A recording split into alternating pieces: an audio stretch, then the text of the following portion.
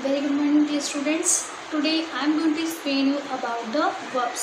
So this is the sixth chapter of your grammar book, verbs. Verb तो हम already पढ़ चुके हैं, बट वर्ब के बारे में हमें बहुत कुछ जानना ज़रूरी है कि आखिर वर्ब क्या होती है and where it is applied, how it is applied, that we must know while making any sentence. And dear student, the definition of the verb is an action. What the work you are doing, if someone is doing, if anyone is doing, that is called the verb. आप जो भी काम करते हैं, जो भी action करते हैं, वो क्या कहलाता है? वर्ब कहलाता है. So today we are studying about verbs. A verb is a word which expresses an action or states what a person or a thing is or expresses what is done to a person or thing or tells what a person or thing suffers. Means कोई व्यक्ति क्या काम कर रहा है या हम क्या कर रहे हैं, इन सब चीज़ों के बारे में कौन बताता है? वर्ब हमको बताती है. जैसे राम इज स्लीपिंग, तो राम क्या कर रहा है? स्लीपिंग कर रहा है, मीन्स सो रहा है, तो that is a verb. She is writing, अब हमने कहा कि वो क्या कर रही है? लिख रही है, तो लिखना क्या हो गया? वर्ब. उसी प्रकार अब हम पढ़ेंगे kinds of verbs. So there are two kinds of verbs. First is transitive verb and the second one is intransitive verb. First I am going to explain you transitive verb. A transitive verb which requires an object to complete its meaning is called a transitive verb. ऐसी verb जिसका meaning को complete करने के लिए हमें object की ज़रूरत होती है, वो क्या कहलाते हैं? ट्रांजिटिव वर्ब कहलाते हैं. जैसे राम किल्ड, राम ने मारा, किसको मारा? रावण को, तो राम किल्ड रावण. यहाँ पे जो वर्ब है वो क्या है? वो ट्रांजिटिव वर्ब है, क्योंकि वो क्या कर रही है? ऑब्जेक्ट सब्जेक्ट को ऑब्जेक्ट पर ट्रांसफर कर रही है, इसलिए. Anoop has broken the window glass. Anoop ने क्या तोड़ दिया? Window glass. तो यहाँ हमने बताया है कि उसने क्या तोड़ा? विंडो ग्लास तोड़ा. तो यहाँ पे जो वर्ब है हैज़ ब्रोकन, ये क्या है? ट्रांजिटिव वर्ब है. The minister made a mistake. Minister ने की, क्या की? उन्होंने मिस्टेक की. तो यहाँ पर भी क्या है? मेड ट्रांजिटिव वर्ब है. We can see that the sentences above would be incomplete without the object. हमने ये देखा है कि ऊपर की जो सेंटेंस है उसमें अगर हम ऑब्जेक्ट नहीं लिखते हैं तो वो क्या होगा? इनकम्प्लीट होगा. और मीन्स वो कंप्लीट सेंस नहीं देगा. आप उसको पढ़ के समझ नहीं पाओगे कि क्या कहा गया है. They are called object because the action denoted by the words passes on them. जो उसमें सेंटेंस दे रखे हैं उसमें जो ऑब्जेक्ट है वो ऑब्जेक्ट डिनोट कर रहा है कि आखिर सेंटेंस में क्या कहा गया है. अगर आप उसमें ऑब्जेक्ट अप्लाई नहीं करेंगे तो सेंटेंस गलत कहा जाएगा. Some transitive verb may be used without an object and without any change in meaning. Often the listener knows what the object is because of the situation. जब सिचुएशन होती है तभी हम कुछ चीज़ों को समझ पाते हैं. तो कभी कभी क्या होता है कि हम सिचुएशन को देखकर उसमें ऑब्जेक्ट नहीं लगाते हैं, क्योंकि वहाँ पे सिचुएशन क्या होती है?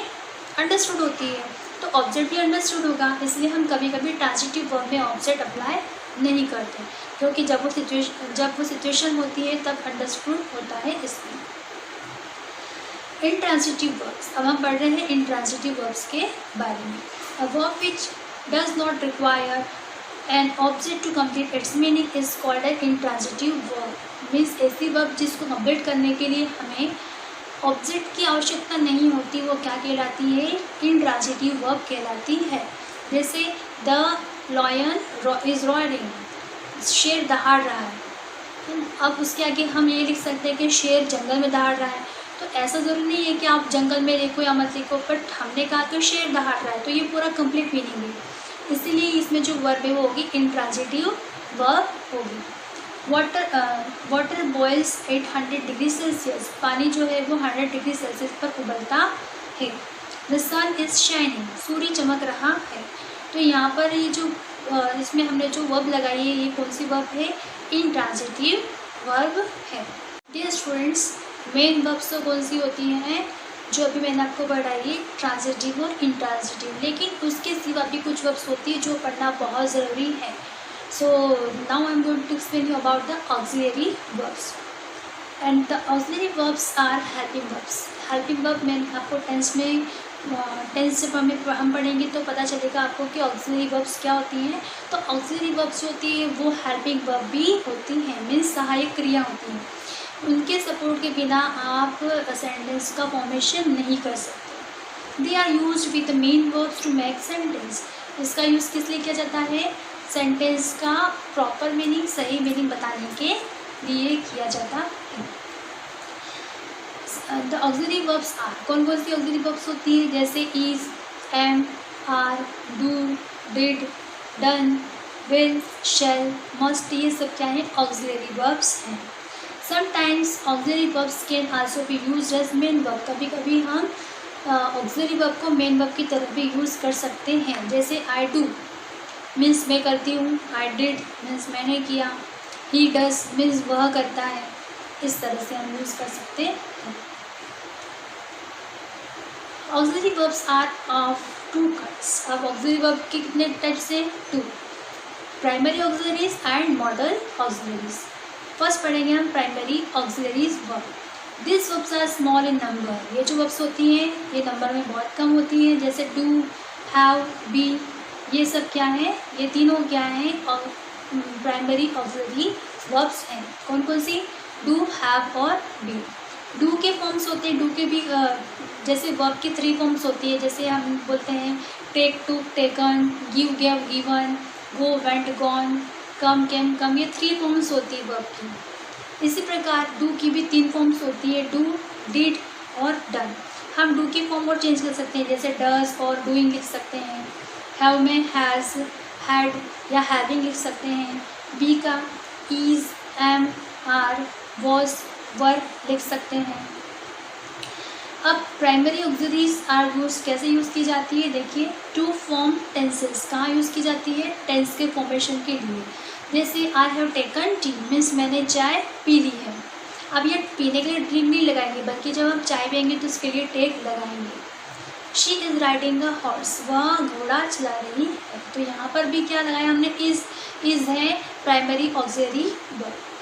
Next be, to form negative. जब आप नेगेटिव सेंटेंस बनाते हैं तब भी आपको ऑक्सिलरी वर्ब यूज़ करनी है, क्योंकि नॉट के सपोर्ट के लिए हमें जो हेल्पिंग वर्ब होती है लगाना होता है।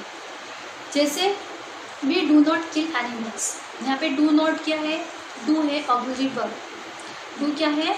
प्राइमरी ऑक्सिलरी वर्ब है और उसमें आपने लगाया है नॉट, क्योंकि हम नेगेटिव सेंटेंस बना रहे हैं।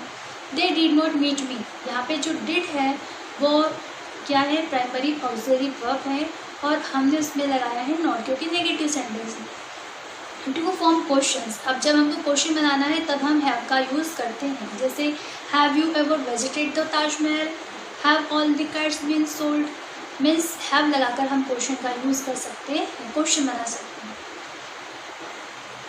The primary auxiliary such as is, am, are, was, were, has, have, had, do, does, did, can also be as main verb. इनका हम मेन वर्ब की तरह भी यूज़ कर सकते हैं। मीन्स ये ऑक्सिलरी वर्ब तो है, बट हम कहीं कहीं पर हम उसको मेन वर्ब की तरह भी यूज़ कर सकते हैं।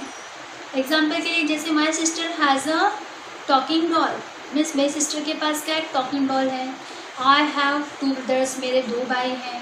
She has a red pen, उसके पास एक रेड पेन है। इस तरीके से हम सेंटेंस में हैज़, हैव का यूज़ कर सकते हैं। The primary auxiliary is, am, are, was, were, has, have, had, do, does change according to the person and most of the subject। और पर्सन के अकॉर्डिंग हम इसका चेंज कर सकते हैं। जैसे प्लूरल है तो हैव लगाएंगे, सिंगुलर है तो हैज़ अप्लाई करेंगे। जैसे we are arranging a picnic next week, ये फर्स्ट पर्सन के लिए लगाया गया। वी आर मीन्स हम सब आ गए, तो हम सब क्या है? फर्स्ट पर्सन में है। लेकिन अगर हमने दूसरे के लिए यूज़ किया तो क्या यूज़ करेंगे हम? She is singing a song या फिर she is arranging a picnic next week. इस तरीके से हम सेंटेंस बना सकते हैं। अब हम बात कर रहे हैं मॉडल ऑक्सिलरी वर्ब की। The verbs can, could, may, might, shall, should, will, would, must, use to, need, dare are called the modal auxiliaries. इन्हें हम क्या कहते हैं, मॉडल्स कहते हैं, जो कि ऑक्सिलरी वर्ब में आते हैं, इन्हें मॉडल ऑक्सिलरी कहा जाता है। जैसे I can do it, I may go there, she will write a letter. इस तरीके से हम सेंटेंस में यूज़ कर सकते हैं। So now we are talking about the auxiliary verbs, model auxiliary verbs.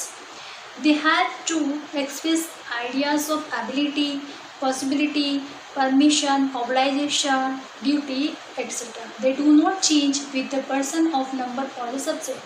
ये सबसेट या पर्सन के अकॉर्डिंग चेंज नहीं होती। जैसे हम कैन का use I, they, you, we, plural number, he, she, it, any किसी के साथ भी कर सकते हैं। तो वैसे ही मॉडल्स जो होते हैं वो आप किसी भी सब्जेक्ट के साथ यूज़ कर सकते हो। उसमें कोई भी उसमें कोई भी मतलब रूल्स नहीं होता कि आपको उसके साथ यही यूज़ करना होगा। Verbs can also be classified in 2 other kinds. हम वर्ब को 2 और भाग में बांट सकते हैं। 2 और टाइप्स होते हैं इसके, जैसे फाइनाइट वर्ब और इनफाइनाइट वर्ब। 2 वर्ब्स होते हैं। फाइनाइट वर्ब हम कहाँ यूज़ करते हैं, जैसे वी स्टडी इंग्लिश एवरीडे। यहाँ पे स्टडी जो है वो क्या है, फाइनाइट वर्ब है। They are studying French now, are studying क्या है, फाइनाइट वर्ब है। He has played many tricks, has played क्या है इसमें, फाइनाइट वर्ब है। और she likes her pet very much, यहाँ पे लाइक्स क्या है, फाइनाइट वर्ब है। The words in colour are finite verbs, they can be predicates of sentence themselves.